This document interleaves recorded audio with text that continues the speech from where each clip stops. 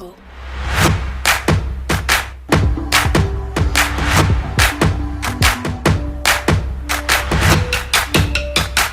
Audio Jungle.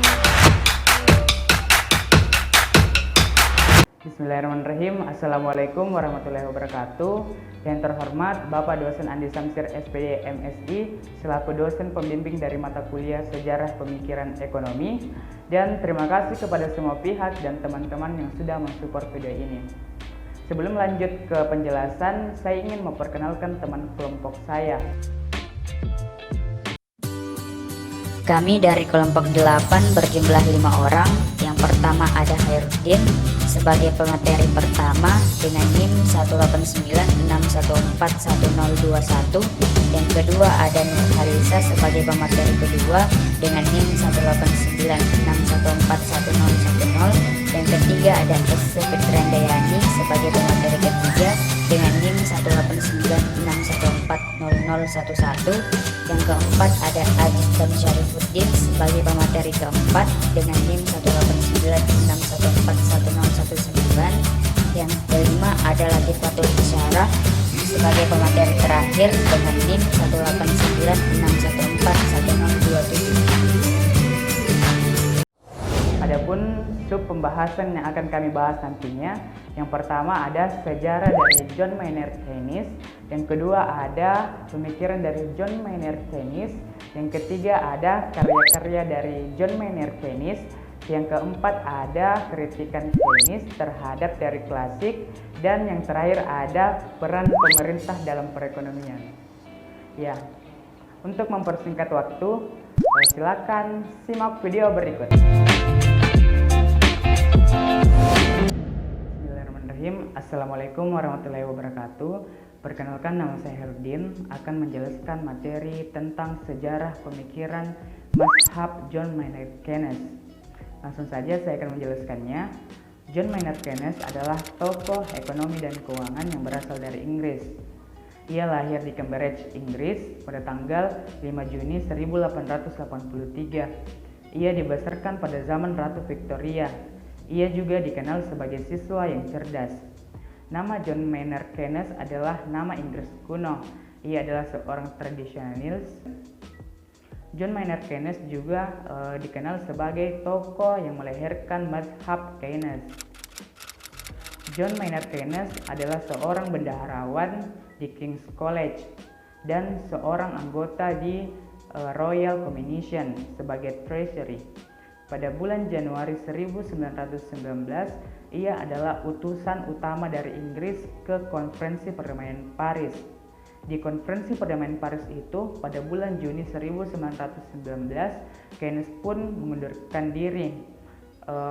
Kemunduran diri dari Keynes sebagai proses tindakan dan protes mengenai Perjanjian Versailles. Perjanjian Versailles, John Maynard Keynes tidak setuju dengan Perjanjian Versailles karena di Perjanjian Versailles terdapat rangsangan yang tidak begitu terasa untuk kebangkitan yang luar biasa dan militerisme dan autarki Jerman. Ternyata apa yang diramalkan dan apa yang diutarakan oleh John Maynard Keynes terbukti nyata. Buktinya bahwa 20 tahun kemudian ramalan yang diungkapkan oleh John Maynard Keynes benar-benar terjadi menjadi kenyataan. Munculnya fasis yang dipimpin oleh Hitler dominan pada tahun 1933, dan pada akhir tahun 1939 meledaklah Perang Dunia Kedua yang begitu dahsyatnya dibanding dengan peperangan-peperangan yang sebelumnya. Dan pada bulan Desember 1919, John Maynard Keynes mengeluarkan bukunya yang berjudul The Economic Growth Consequences of the Peace, yang membuatnya menjadi lebih terkenal. Pada tahun 1921 sampai 1938, ia pernah menjabat sebagai Presiden Komisaris dan National Health Life Assurance Society dan memimpin perusahaan investasi. Dan pada tahun 1936 ia merilis atau mengeluarkan pemikirannya lagi yang begitu bermanfaat dan begitu penting, yaitu teori umum mengenai peluang kerja, bunga, dan uang. Dan pada tahun 1941 ia diangkat menjadi Direktur Bank of England. Pada tahun 1942 ia juga diangkat sebagai The Baron Keynes of Chiltern, yakni sebuah gelar kerajaan atas sumbangan pemikirannya yang begitu besar. Pada tahun 1944 ia pernah memimpin di delegasi Inggris ke konferensi moneter dan keuangan PBB yang menghasilkan apa yang dikenal sekarang yaitu Dana Moneter Internasional dan Bank Dunia. Dan pada tahun 1945 ia sebagai perundingan utama dalam Alton American Loan. Ya, sekian penjelasan dari saya. Terima kasih. Wassalamualaikum warahmatullahi wabarakatuh.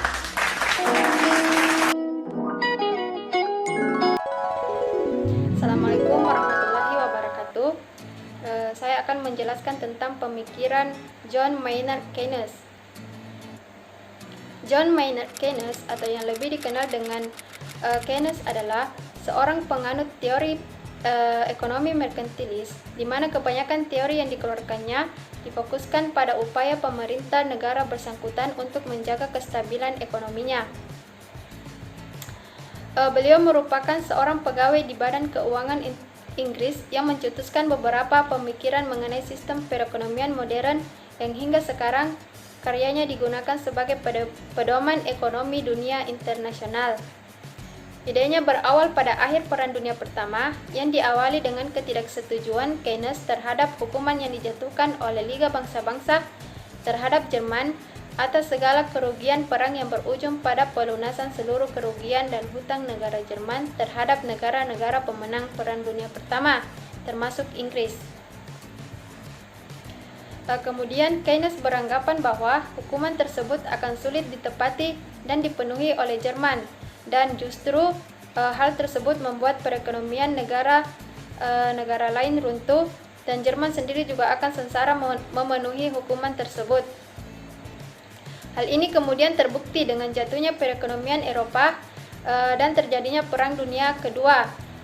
Keynes beranggapan bahwa produksi yang terus-menerus dilakukan Jerman sebagai upaya untuk membayar hutang perang semakin menyengsarakan industrinya sendiri. Sebagai seorang ekonom yang mendasarkan teorinya pada teori merkantilis, Keynes menekankan segala bentuk upaya penstabilan ekonomi negara pada kebijakan-kebijakan pemerintah.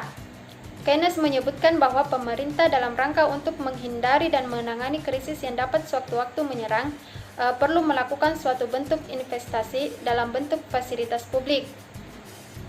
Hubungan antara investasi dan konsumsi ini digambarkan oleh Keynes dalam suatu siklus model ekonomi yang dimana keduanya berakal dari pendapatan.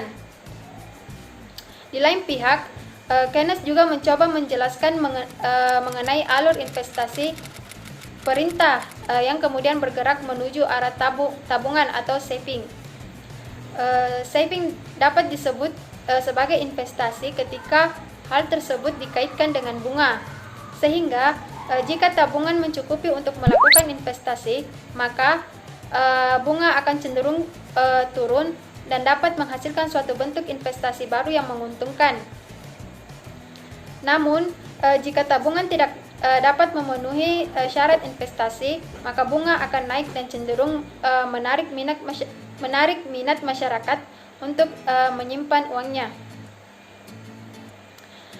Keynes juga berpendapat mengenai pentingnya suatu negara untuk terlibat dalam organisasi ekonomi dan perdagangan internasional seperti International Monetary Fund atau IMF dan World Bank. Hal tersebut bagi Keynes dianggap menguntungkan negara karena dengan keterlibatan suatu negara dalam organisasi tersebut dapat membantu secara langsung perekonomian negara yang bersangkutan jika suatu saat mengalami krisis. Oleh sebab itu, tidak heran bahwa Keynes juga memerlukan salah satu ekonom yang setuju terhadap pembentukan sistem moneter global, yakni Bretton Woods System. Sistem inilah yang kemudian membawa perubahan besar bagi kondisi dan sistem perekonomian dunia.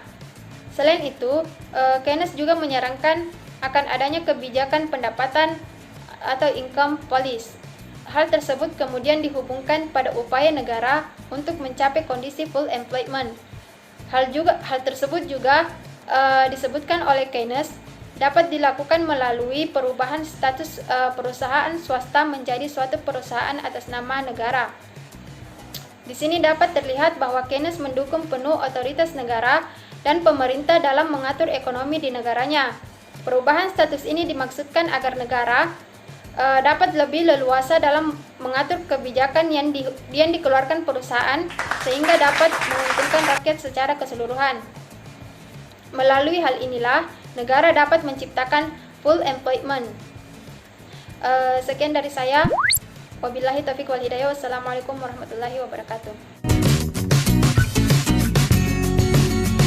Assalamualaikum warahmatullahi wabarakatuh. Saya Esti Fitran Dayani dengan NIM 189614011. Selanjutnya saya akan memaparkan materi tentang karya-karya Keynes.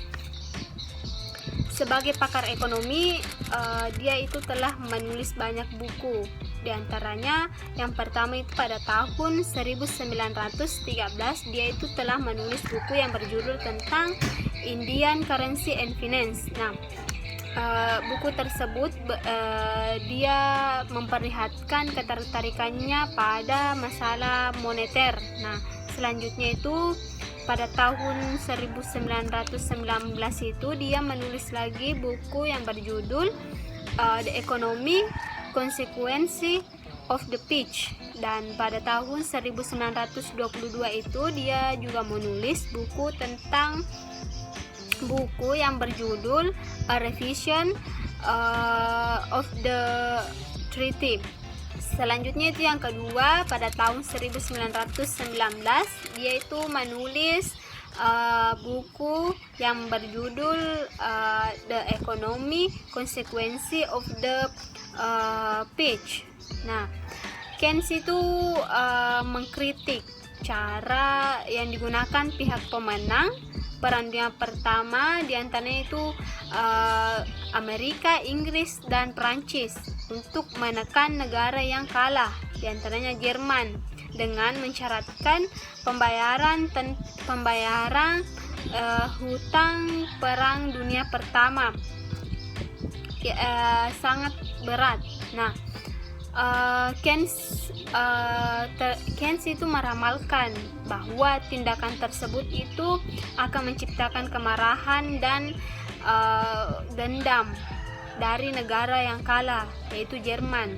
Nah, selama beberapa waktu itu ternyata ramalan tersebut terbukti dengan diprakarsainya Perang Dunia Kedua oleh Jerman sebagai wujud balas dendam. Nah, yang ketiga itu pada tahun 1923 dia menulis buku dengan judul A Tract of Monetary Reform yang berisi keprihatinannya terhadap perubahan daya beli uang. Nah, tulisan selanjutnya itu adalah A Treatise of Money atau Risalah Uang yang terbit pada tahun 1930. Nah, buku tersebut itu terbit dalam 2 volume. Yang pertama itu dia menyajikan tentang arti dan peran uang dalam perekonomian murni, sedangkan volume keduanya itu dia membahas tentang penerapannya dalam perekonomian. Nah, selanjutnya yang ketiga itu pada tahun 1936 Keynes itu menerbitkan buku yang paling terpopuler, yaitu The General Theory of Employment, Interest, and Money. Nah, dalam bukunya itu dia mengungkapkan bahwa penghasilan dan peluang atau lowongan kerja itu ditentukan oleh jumlah pengeluaran swasta dan negara. Nah, pendapat ini tuh Ternyata pendapat ini tuh dinilai para ahli ekonomi dunia sebagai suatu penyimpangan dan tradisi neoklasik. Nah, dan akhirnya menciptakan mazhab baru, yaitu mazhab ekonomi modernnya, atau disebut juga dengan mazhab Keynes. Nah, selain buku-buku yang saya jelaskan tadi itu, karya-karya Keynes itu masih ada yang diterbitkan hasil dari pemikirannya sendiri, yaitu yang berjudul How to Pay for the War, yaitu suatu cara untuk menghindari terjadinya inflasi pada zaman perang, yakni dengan jalan tabungan paksa atau tabungan penanggungan. Nah, sekian dari saya. Lebih dan kurangnya mohon dimaafkan. Assalamualaikum warahmatullahi wabarakatuh. Bismillahirrahmanirrahim. Baik, selanjutnya saya akan membahas mengenai kritik Keynes terhadap teori kaum klasik. Yang pertama, kritik mengenai permintaan dan penawaran. Teori ini dikemukakan oleh J.B. Say yang menekankan bahwa setiap penawaran akan menciptakan permintaannya sendiri. Nah, menurut Keynes, teori tersebut merupakan sebuah kekeliruan karena pada kenyataannya biasanya permintaan lebih sedikit daripada penawaran, dan juga masyarakat tidak menggunakan semua pendapatan mereka untuk dibelanjakan, tetapi juga untuk mereka tabung, yang berarti bahwa jumlah konsumsi lebih sedikit daripada jumlah pendapatan, sehingga tidak semua produksi dapat diserap oleh masyarakat. Nah, ini terbukti pada tahun 1929 sampai 1930, di mana pada saat itu banyak perusahaan yang berlomba-lomba untuk melakukan produksi tanpa kendali. Sedangkan di pihak lain, masyarakat mempunyai daya beli yang terbatas, sehingga banyak stok produk yang menumpuk dan alhasil perusahaan terpaksa untuk harus melakukan rasionalisasi, yaitu perusahaan melakukan pengurangan jumlah produksi dengan cara mengurangi jumlah pekerja. Hal tersebut sangat berdampak pada peningkatan jumlah pengangguran yang semakin besar dan juga penurunan tingkat pendapatan masyarakat yang turun secara drastis. Nah, kejadian tersebut membuat orang-orang curiga bahwa ada yang salah dengan teori klasik tersebut. Sedangkan menurut Keynes, teori Say tersebut dapat berlaku pada perekonomian tertutup sederhana, yang mana hanya ada sektor rumah tangga dan juga sektor perusahaan, tetapi tidak dapat berlaku pada perekonomian masyarakat maju atau modern, di mana masyarakat sudah mulai mengenal tabungan. Selanjutnya, kritik mengenai tabungan dan konsumsi. Kaum klasik percaya bahwa tabungan masyarakat akan dihimpun oleh lembaga keuangan, kemudian diserahkan kepada para investor, sehingga jumlah tabungan akan selalu sama dengan jumlah investasi.